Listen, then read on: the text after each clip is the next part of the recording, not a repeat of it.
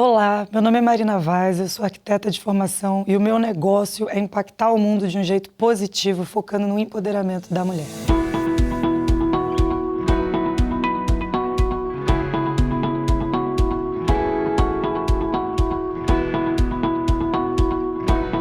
Quando eu fundei uma empresa só de mulheres, que as pessoas na hora de empreender esquecem, elas olham muito para si. E elas esquecem de olhar para o mercado e o que o mercado precisa, com o que o mercado está gastando dinheiro. A Escuto começou assim, olhando para vendo onde tem dinheiro na mesa. A trajetória de uma mulher no mercado de trabalho pode ser uma experiência desafiadora e muito complexa. Lidar com múltiplas funções que tipicamente as mulheres assumem em ambientes empresariais pouco preparados para receber colaboradoras mães e filhas também, em que ainda persiste uma cultura machista, muitas vezes traz a sensação de que não seremos parte e que ainda existe um longo caminho para alcançarmos a tão sonhada equidade de gênero. Mas quando uma mulher decide construir um novo ecossistema de negócios baseado na equidade e no empreendedorismo feminino, o resultado é o que a gente vai conhecer agora.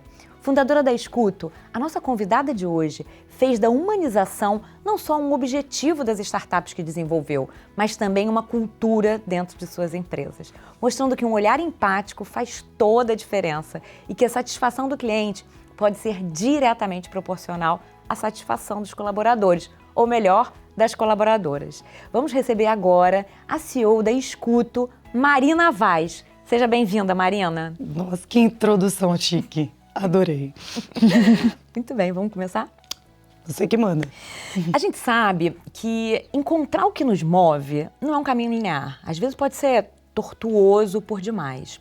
Conta pra gente como é que foi a sua trajetória, né? Como é que você chegou, né? Aonde você está hoje, se o seu propósito ele mudou ao longo dessa jornada. Conta pra gente. Tem propósito, às vezes ele é confundido com o que você faz, né? Então, você fez arquitetura, você fez medicina, esse é o seu propósito na vida, arquitetar, né? Cuidar de pessoas. Mas ele está muito mais, eu acho, na entrelinha do que você faz, o que você faz por dentro com aquilo que você faz. Então, o propósito, eu demorei para perceber que eu só tinha mulheres à minha volta sempre, quando era uma coisa que eu estava construindo. Eu demorei para perceber que eu estava sempre lutando por uma representatividade ou um lugar na mesa em todos os lugares que eu fui. E aí, quando eu vi, eu fundei uma empresa só de mulheres e, de repente, virou uma coisa até que serve para marketing. Mas o caminho passou por desenvolver um aplicativo de reserva de motel, que não deu muito certo. Passou por desenvolver fazer uma startup que devolvia a voz para pessoas que perderam a fala. Super hype, fiquei famosíssima, não existia nada, assim, acabava o pitch, acabava a empresa, até chegar na Escuto, que foi uma coisa que funcionou. Também fundei redes de mães empreendedoras, então tem muita coisa aí, e tudo isso, assim, tinha esse pano de fundo.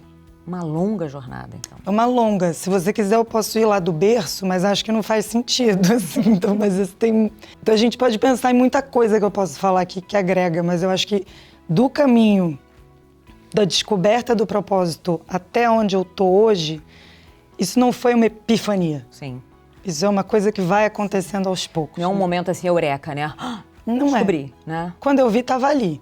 É isso. E quando eu olhei para trás, tinha isso por trás de tudo que eu estava fazendo, né? Isso e a valorização da comunicação, né? A importância da comunicação, estava em tudo. Sim. Então, né?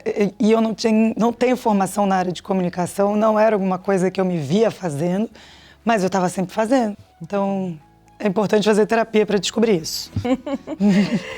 Muitas vezes a gente decide empreender a partir das nossas experiências pessoais, das coisas que a gente acredita, vivencia. Você já falou um pouco da sua jornada, né? Que você foi chegando aonde você está hoje. Conta um pouco assim da sua trajetória aí mais pessoal, né? O que acontece na história da Marina para identificar essa oportunidade de negócios? Para identificar a oportunidade da Escuto, especificamente falando, é uma coisa que eu acho que as pessoas na hora de empreender esquecem, elas olham muito para si. Eu quero abrir uma loja, eu quero construir uma padaria, eu quero fazer um negócio, e elas esquecem de olhar para o mercado e o que o mercado precisa, com o que o mercado está gastando dinheiro. Na época que a Escuto nasceu, eu estava incubada numa aceleradora e todas as startups à minha volta, por mais falida que elas estivessem, elas tinham uma vaga, estavam contratando pessoas para fazer atendimento. Chama de Customer Experience, chama de Customer Success, dá o nome em inglês porque valoriza um pouco o papel, mas era vaga de atendimento ao cliente. E assim, se a pessoa está falida, a startup está falida, que todas no início estão bem quebradas, né? Tirando salvo exceções, estão gastando dinheiro com isso é uma dor importante. E quando eu fui olhar para o mercado para ver como isso estava sendo feito, eu vi que ele tinha um problema que eu podia começar a tentar resolver. Então, a Escuto começou assim, olhando para vendo onde tem dinheiro na mesa. Sim. Sabe? Legal, né? Então você, a partir de uma experiência que você estava tendo com uma outra startup, você olha em volta e percebe que outros empreendedores estavam sentindo essa mesma dor, né? Então é uma experiência mesmo sua em primeiríssima pessoa. Exato. E na hora que eu decidi tentar, porque na época eu estava, né, no meio das startups, falando, vou desenvolver uma tecnologia XYZ, machine learning, inteligência artificial, coisa chiquérrima, e era para ser relacionado a atendimento ao cliente. Eu não sabia que eu estava, de fato, montando um call center. Mas eu queria pegar as operações para testar tecnologias. Eu falava, deixa essa operação comigo para eu poder testar umas tecnologias que eu estou querendo fazer aqui. E aí elas deixavam, me pagavam para fazer isso. E aí eu fui vendo que, na verdade, era uma área que não precisava de tecnologia. Ela precisava de humanização, ela precisava de empatia. E aí que o negócio realmente começou a ganhar forma, né? Você já tocou aí um pouco no que é a Escuto, soltou aí a palavra call center, mas conta um pouquinho mais pra gente. Como é, né, o dia a dia da Escuto? Quem trabalha na Escuto é escuteira? É escuteira. Como é que é a vida de uma escuteira? Conta um pouco pra gente sobre essa rotina. A Escuto, ela é uma empresa focada no relacionamento empresa-pessoa. Isso se dá no suporte, se dá numa venda, se dá numa pesquisa. Essa comunicação ela pode ser feita em qualquer que seja a área por uma escuteira. E o que é uma escuteira? É uma mulher que está trabalhando de casa e a Escuto é uma empresa 100% remota, com um horário flexível, com uma flexibilidade para trabalhar do jeito que ela mais se vê ali como capaz para fazer esse relacionamento. E aí, como que eu faço para entregar um resultado, por exemplo, que não é entregue hoje no mercado? É bem básico, era um problema bem simples, era oferecendo boas condições de trabalho. Então, quando você olha para call center, quando você olha para o setor de call center, as condições de trabalho são longas jornadas, um salário baixo, uma qualificação inexistente, são pessoas, normalmente é o primeiro emprego, e essas pessoas estão ali responsáveis por fazer o contato com o cliente. No meu caso, não. Quando a gente fez uma remuneração maior, deu boas condições de trabalho, como uma jornada mais flexível, trabalhar de casa, de início, a gente tem de cara pessoas assim, neurocientista, bióloga, designer, advogada, psicóloga, topando fazer atendimento ao cliente. O que era visto como um subemprego, agora estava no centro. Estava no centro e tem um papel de protagonista. E isso traz um peso para a função, traz um peso para o trabalho. Eu não estou ali só respondendo reclamação, eu estou ali trazendo para a empresa como ela está sendo vista pelos clientes que ela tem. Então, isso focando em suporte, né? Mas, por exemplo, quando você está vendendo, você também percebe como que aquele produto está sendo visto durante um lançamento. Então, foi assim que isso é o que aconteceu. E hoje a Escuto tem 400 colaboradoras, são 400 mulheres, 400 famílias impactadas, onde normalmente o dinheiro não entrava, porque ela estava numa licença pós-maternidade ou porque foi mandada embora pós-licença maternidade. Dessas 400 mulheres, 86% são mães, tá? Então, assim, tem muita ocitocina rolando. E isso traz um ambiente de trabalho, uma cultura muito segura, porque você tá pela primeira vez num ambiente onde você não é interrompida o tempo inteiro, onde a sua voz começa a ganhar respaldo. É muito engraçado, assim, as pessoas entram na Escuto e elas estão falando muito desculpa, cabeça baixa. Desculpa, mas é que eu acho que é isso. Desculpa, meninas, adoro meninas, né? E depois de um tempo, o meninas some, a pessoa é chamada pela função pelo nome e o desculpa some, deixa de ser uma vírgula, né? Então a gente tem uma política, assim, de 100 meninas e 100 desculpas. E isso vai mudando, o dinheiro vai entrando, o trabalho é útil, você está resolvendo um problema, e aí a postura de trabalho vai mudando. Na câmera, como a gente é remota, a gente conhece as pessoas pela câmera, você vai vendo que agora tem batom, que agora tem uma plantinha ali no fundo, que o tom de voz muda. Isso é muito legal de ver. Incrível. Deve ser mega desafiador criar uma cultura né, onde os seus colaboradores estão descentralizados, cada um na sua casa, com a sua plantinha atrás. Como é esse processo, né? Como está sendo esse processo de criar uma cultura forte, sustentável, saudável, né, para todo mundo? Como é essa jornada? Assim, né? Vamos pensar assim, primeiro, acho que o que é cultura. Porque normalmente as empresas acham que cultura é a mesa de sinuca. O que é a cultura? Quando a gente fez uma empresa, né, quando isso virou realmente o propósito, ser um propósito de contratar mulheres, todas que entraram colocaram na própria função, no trabalho que elas estavam exercendo, o propósito de dar mais oportunidades para outras mulheres. Então a gente tem uma cultura muito forte baseada num propósito, que é dar oportunidade para outras mulheres que no momento estão sem oportunidade. E aí tem a cultura adjacente que vem, os valores do sem desculpas, sem meninas, os rituais que a gente tem de reforço de cultura. Mas quando você tem esse propósito por trás de um trabalho que muitas vezes pode ser massacrante, essa foi a virada de chave pra gente. Porque todo mundo que está ali quer fazer essa empresa crescer. A responsabilidade é compartilhada pra gente poder dar oportunidade para outras. Então... Incrível. E, assim, percalços, desafios, o que aparece, né, nessa jornada? Quanto tempo temos? Algum. Tá. Percalços que a gente tem, né? Assim, o bom é que não foi do 0 a 400 da noite pro dia. Então, a gente foi tendo problemas ali aos poucos, né? Como a gente tem um ambiente de trabalho muito diverso, várias questões vão aparecendo no dia a dia que normalmente não aparecem, porque a gente está numa bolha uniforme. E isso aparecem viés, aparece racismo, aparece preconceitos, mas esses... Quando aparece num ambiente seguro, onde a pessoa consegue ser transformada, impactada e educada sobre aquilo quando acontece. Então a gente teve episódios desse tipo, a gente teve episódios, assim, saúde mental é um problema grave para a mulher como um todo.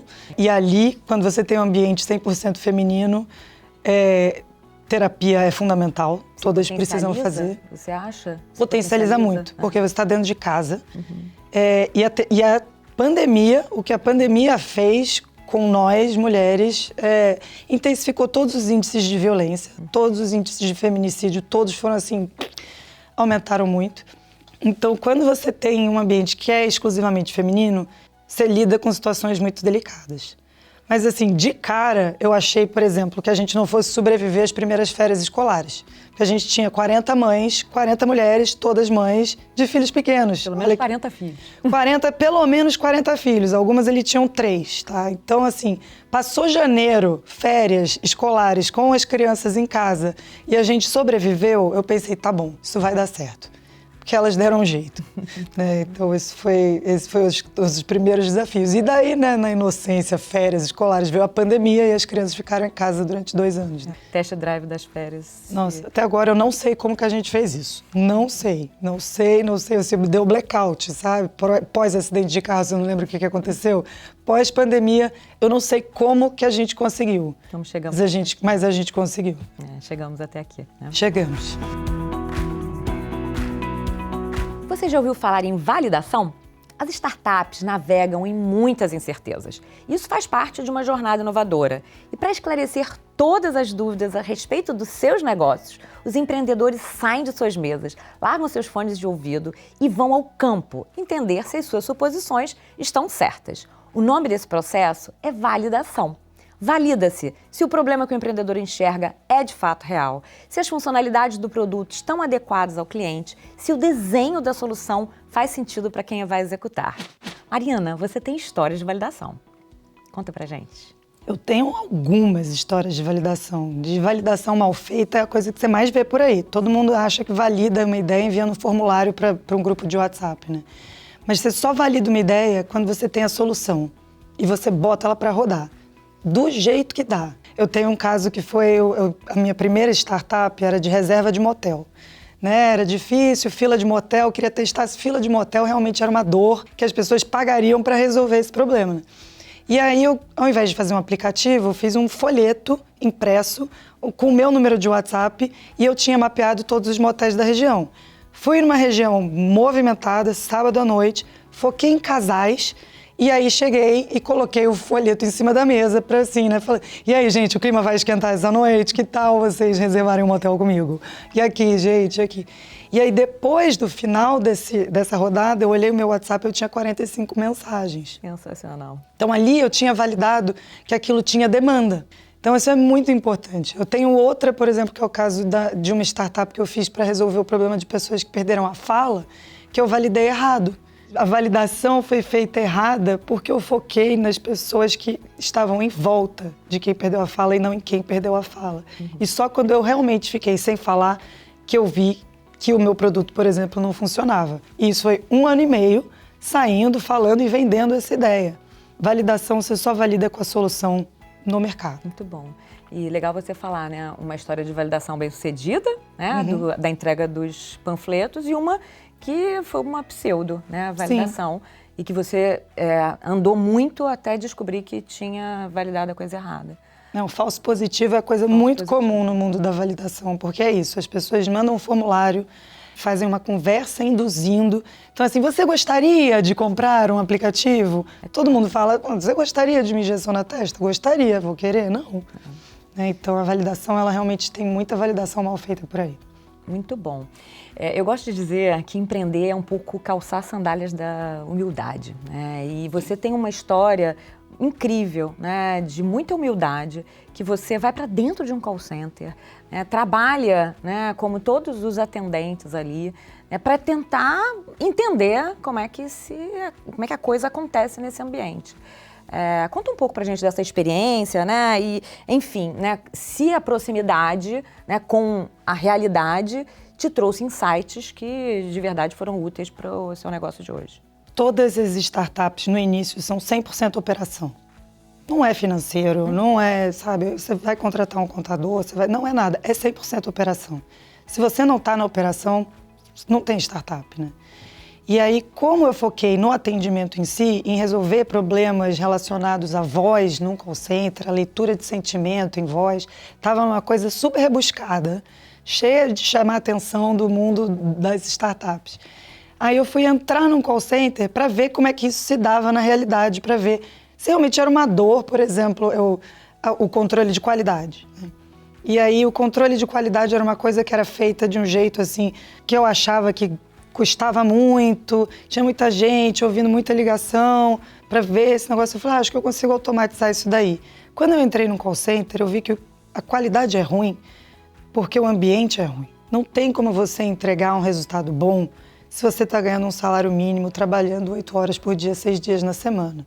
Muitas vezes sábado e domingo, folgando segunda. Não dá para você entregar um resultado bom se você tem o seu horário de ir no banheiro cronometrado. Isso é impossível. E, além disso, as pessoas que estavam ali contratadas que topam isso são pessoas normalmente de primeiro emprego. Não duram, não aguentam muito tempo. Então, você tem todo o gasto de treinamento e um turnover logo ali na frente. E foi aí que eu entendi que a solução que eu ia fazer não ia ser nada sedutora para o mercado, para o mundo das startups. Mas eu ia focar nos seres humanos que estavam fazendo atendimento. E se a gente foca num ambiente bom, parece óbvio, parece idiota o que eu vou falar, mas para a pessoa trabalhar bem, ela precisa estar bem. Então, meu foco foi nisso. Simples assim. Né? Simples assim. Você é craque em identificar o cliente, né? O insight sobre o cliente. Conta um pouco pra gente das suas estratégias, né? Como é que você lida para poder entender a dor, né? O problema que o cliente está enfrentando? Dados. Não tem, assim, né? Eu acho que aquilo. Dados. Eu via ali em volta todas as startups, 100% das startups, isso é um dado, 100% das startups tinham uma vaga pagando entre 2,5 e 3,5 para atendimento ao cliente. Então eu tenho esse dado. 100% das startups têm esse problema, eu tenho um problema real. Na hora de estar dentro de uma operação, que dados que eu tenho do cliente que podem trazer insights para a empresa que me contratou? E isso depois também foi uma coisa que foi acontecendo na operação da Escuto, que é muito valiosa para a empresa que contrata, porque substitui uma consultoria carésima, por exemplo. Porque a gente pega a voz do cliente, porque a gente já está falando com o cliente, e traz insights sobre produto, insights sobre posicionamento de marca, insights sobre posicionamento, sobre uma campanha, sobre um lançamento. tudo isso com respaldo. Em quantas vezes isso aconteceu? Quem que é o público que falou isso, né? Segmentar, olhar para isso. Isso é o que faz com que a gente consiga falar com as pessoas com muito mais respaldo e entender as dores de um jeito muito mais profundo. Sim. Ou seja, né, você falou da história de você ter o diagnóstico, da oportunidade, e você usou um pouco fato, né? Os seus amigos, colegas lá de aceleradora precisavam, né, de atendimento. E você fala em dado mesmo, né? Então é o dado da ciência de dados. É disso, né, que você está se referindo na escuta. Exato. Né? Muito bom, né? E hoje a gente tem tecnologia aí sobrando para poder processar esse volume todo. Nossa, a gente tem agora um monte de ferramenta que constrói um BI poderosíssimo, um dashboard poderosíssimo para você ter os dados o mais rápido possível. Então, o importante é isso. Antigamente, os relatórios, os dados, eles demoravam para vir, né? Agora, a gente tem tecnologia para entregar os dados em tempo real. E isso é o que é o importante, focar na velocidade. Quanto mais rápido a gente entender o que está acontecendo, menos dinheiro a gente perde. Mais a gente consegue maximizar ou melhorar a estratégia dessa empresa. Então, isso é muito importante. Marina, você falou em BI, dashboard. Conta para quem está ouvindo a gente, não conhece essas expressões? O que é isso? BI, o mundo das startups é um saco, eu sei, tem muito termo em inglês. BI é bem simples, é do inglês Business Intelligence, que é análise de dados. Não sei nem por que eu falei BI. Devia ter falado análise de dados. É o dar uso ao dado, né, com Exato. alguma inteligência, não é isso? E o dashboard é um painel que você constrói a organização, os gráficos dos dados, para acompanhar o que está acontecendo. Então é basicamente um relatório construído em cima dos dados que você tem através do BI, o Business Intelligence, análise de dados. Me diz uma coisa, nessa sua jornada, quais são os aprendizados assim, né, mais relevantes aí que você, né, traz? Nossa, depende do estágio. Depende do estágio, eu tenho um aprendizado diferente, sabe? Eu acho que você tem que ter coragem o tempo inteiro. Então, lá no início, você tem que ter coragem de adotar uma estratégia que pode não ser sedutora para o mercado, não vai atrair investimentos, não vai atrair assessoria de imprensa gratuita, você não vai sair na capa da Forbes porque você está focando numa ideia. Então, sair da bolha do agradar todo mundo, que é muito comum a nós mulheres, e focar em resolver um problema é a coisa talvez mais difícil no início. Por isso que tem muito erro de validação, tem muita empresa que morre na praia, ou que entra numa rodada de investimento, mas na verdade sem o investimento a empresa morre. Isso é muito comum, porque o problema de fato não está sendo bem resolvido. Então no início é isso, mas aí à medida que a empresa vai crescendo, você precisa largar a banana e mudar a forma como você está dentro dessa empresa. Então no início eu fazia tudo, agora eu não faço tudo. Eu tenho que ter pessoas que façam, porque eu não dou conta de fazer tudo. Então é muito comum eu ver, né, isso aconteceu comigo e é muito comum eu ver em outras CEOs de empresas que já estão nesse tamanho, que foi a coisa mais difícil para mim, parar de fazer o atendimento ao cliente. É o dilema do crescimento, né? Foi a coisa mais difícil para mim, abrir mão de fazer o comercial, de vender, sabe? Essas dores de crescimento são muito importantes, então. E é aí que muitas vezes a cultura desanda. Porque na hora que você contrata alguém ou na hora que você realmente precisa deixar o trabalho na mão de outra pessoa, você microgerencia. Você fica em cima. E aí as pessoas não aguentam trabalhar ali e vão embora. E é essa coisa, a política da escuta, como um todo, é focada em confiança, né? Olha que ferramenta inovadora. Confiança. Se eu confio que você vai fazer um bom trabalho e você me faz um bom trabalho do jeito que você quiser fazer, se é de madrugada, se é na banheira, se é na praia, se é, enfim, picado. Se você me entrega, acabou. Eu não tenho que ficar em cima de ninguém, né? Quando isso acontece é porque tem uma relação que não é de confiança. E isso é muito ruim para todos os lados. Bom, você falou de coragem, né? Coragem para abandonar no início da jornada, quando a gente descobre, né, que aquilo não parece exatamente o que é. Coragem para se transformar. Eu acho que a coragem é um aprendizado e tanto para a vida.